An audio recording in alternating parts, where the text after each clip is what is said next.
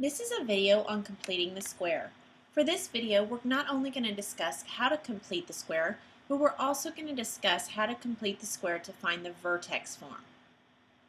So the first thing we're going to do is we're going to look at the rules of the problem. Now the rules state that we have a new c.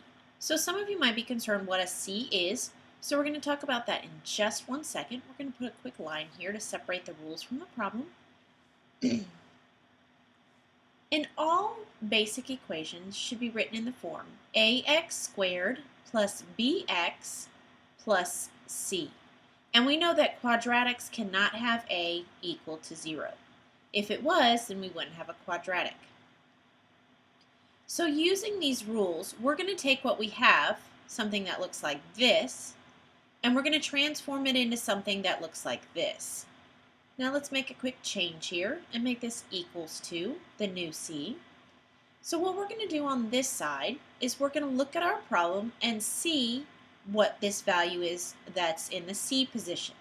We're going to move that to the other side of the equation by subtracting 1. So that's going to give us x squared minus 8x. And now please remember to leave a blank here for our new c when we subtracted 1. And then remember, if you do something to one side of the problem, you have to do it to the other. So we're going to have a plus blank on both sides. Now to find that blank, well, that's when we go here, this new c, and it's b divided by 2 squared. Well, in our case, b equals negative 8. We got that from right here. So we have negative 8 divided by 2. Please remember it goes in parentheses. That's the most important part. Negative 8 divided by 2 is negative 4. Negative 4 squared is the same as negative 4 times negative 4, which is positive 16. So now I notice that this right here looks just like what I wanted that's circled on the right-hand side. So now I'm going to transition from this step to the step underneath. So now I'm going to have an x and a squared. And on the right side, I'm going to simplify. Negative 1 plus 16 is 15. Now over here, I have this blank. I have to figure out what goes in that blank. Well, it tells me right here in my formula, b divided by 2. So again, we have b divided by 2. This time, it is negative 4. So we have x minus 4 squared equals 15. Now to solve, what we're going to do is take the square root of both sides. So now I have x minus 4 equals plus or minus the square root of 15. Remember, if I took the square root of a square, those cancel out. Excuse me. Likewise, when we're ready to finish solving the problem, we're going to add 4 and see that our final answer is x equals 4 plus or minus the square root of 15. Now please remember, this is two answers. It is 4 plus square root 15 and 4 minus square root 15. Again, two answers here. So let's look at another problem. This time, we're going to look at a more advanced problem. Again, we're going to go ahead and put that line in across from the rules so we can see what we're doing. And this time, notice that this is an advanced problem only because a does not equal 1.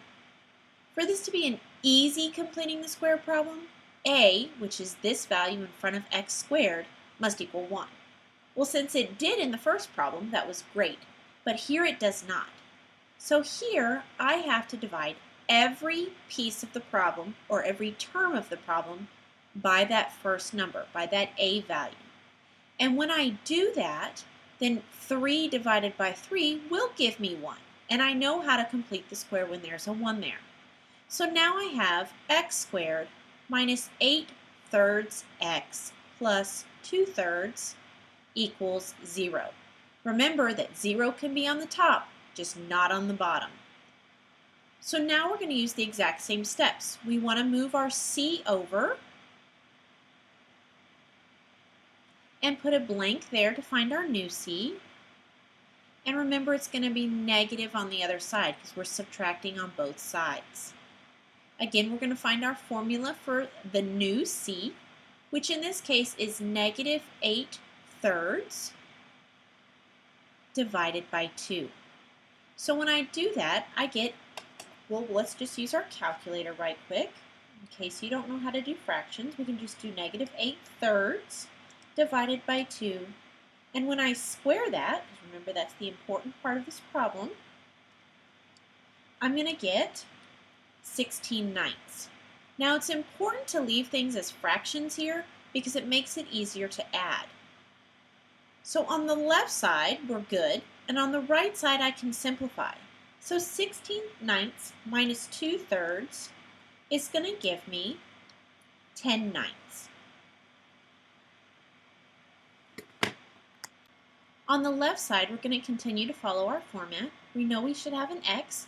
We have to find out what this new value is. So here we know it should be b divided by 2.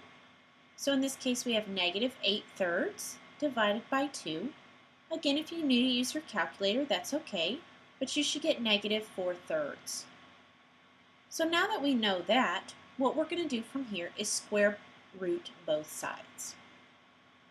So now we have x minus 4/3 equals plus or minus the square root of 10 over 3. Because remember, the square root of 9 is 3. So from here, we're simply going to add the 4/3 to both sides. And we're going to get our final answer of x equals 4/3 plus or minus radical 10/3. If you'd prefer, you can also write it like this. Either way is absolutely acceptable. Alright, so for this kind of problem, it's another completing the square problem, but this time we're going to look at finding the vertex form. So please notice that down here at the bottom, I've written your vertex form. It's y equals a x minus h squared plus k, knowing that the vertex is the point hk. So one special note, please remember that if you have x plus a number, when I change it to this format, it's going to look like this, x minus that negative number that you have. It has to look like this because the vertex form is always in the form x minus h, not x plus a number. So we have to change that plus to a minus and negative, so please don't get tripped up on that. Well, we notice that this is a hard kind of problem to solve, so we're going to divide each of those problems, or each of those terms, by 4. That's going to give me x squared plus 12x plus 141 over 7, or 4, over 4. So now we're going to start making it look like the other formulas.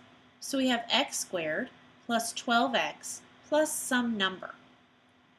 Now this 144 is still 141 over 4, and it's still added to the rest of the problem, but now we're going to subtract a number on the outside.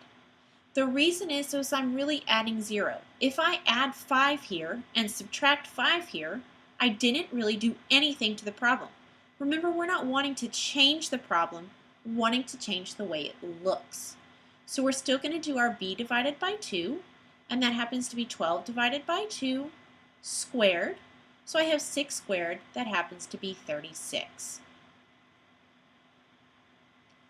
So now I'm going to have y equals, and I'm going to simplify this first parenthesis here, and I'll figure out what goes here in a second, but I still need to figure out what goes on the end. So on the end, if I simplify this, you can use your calculator if you'd like, I'm going to get negative 3/4. On the inside, remember I'm going to do b divided by 2. So that's going to be 12 divided by 2, which is positive 6. Well, now everything looks great, and from here, if we were solving, we would continue on, but we're not solving. We are actually using this as our vertex form. But we did something at the beginning of the problem here that has to be undone. The very first step was to divide by 4. So that means now everything needs to be multiplied by 4.